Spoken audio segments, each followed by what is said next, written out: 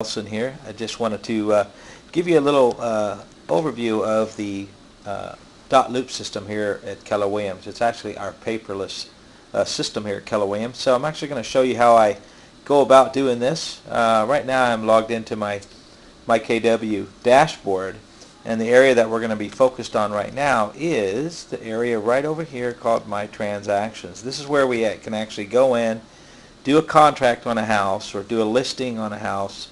Everything's built into the system. So when you first log on, you're just going to go to My Transactions, and you click the little button right here, and it's going to say Start a New Transaction. So I'm going to click on here, and we're going to start a new transaction. Now, at first, when you first get on here, you're not going to have any form sets set up because you'd be new, you haven't saved your form sets.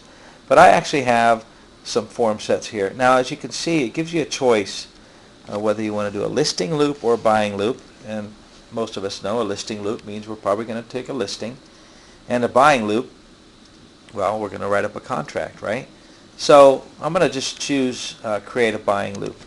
The next thing it's going to do is going to take you to the property address. So if you have the address, you just type it in down here. I'm actually going to type in a listing here. A Keller Williams agent. So if you type in, let's say we type in a name, it's going to pull up everybody that matches that. So I'll pull up Kevin. Let's just say we're going to do a property here. So I've chosen the physical property that we're going to put the offer on, right?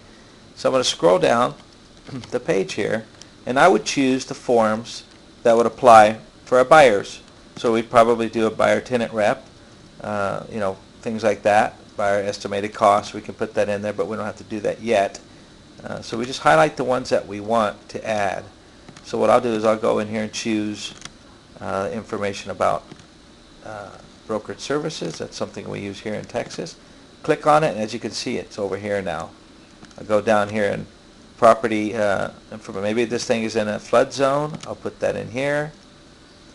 Maybe I'll run down here to do the 1 to 4 family property contract. So let's just pretend, at least for this video's sake, that I've already chosen all the contract forms that I need to do a contract. So I would hit save and continue. Now it's going to ask me who the buyer is. So I'm going to go in here. Let's say I'm going to type in Irma Nelson. That's my wife. So she's now the client on this house. She didn't know she's going to be buying a house today. So I'm going to go here and hit save and continue. The cool thing is I can actually go in here and do a loop. The loop manager allows me to actually go in and fill in all the blanks before I get to the forms. Much like zip forms where you can actually fill in everything right off the bat. So I'd go in here and I'd fill in all the information here, and it would put it in my contract forms. So let's just say I'm done with this. We're going to pretend I filled in all these blanks, and we hit save and finish. So this is going to take us to the forms. So here's the first form. So we'll scroll down. There isn't anything that me as an agent has to sign on the buyer this information about brokerage services. So I'm going to hit this and save and complete.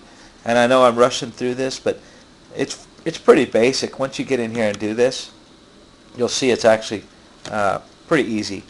I'd fill in all the information about the flood zone. So you can see it's your standard forms, same ones you're going to find in zip forms, but the good thing is they're updated if you have them stored in a template. So here I am at my third form. It's got me, it's got the buyer's name. You'll see once it loads. I'm going to have, I'll have the information on lot and block because that doesn't come across. Not everything comes across from the MLS. So I would just scroll down, put in the price, etc., etc. And then once I get done with this form, I'm just going to scroll down real quick because my little recording is about to end. It gives me 5 minutes. I'd hit save and complete. It's going to tell me it's saved, and this is where I'm going to be allowed to either print it or send it off. So right now it's giving me an opportunity to send online to my client. So anyway, that's me going paperless. Hope you guys are having a great day, and talk to you soon. Bye-bye.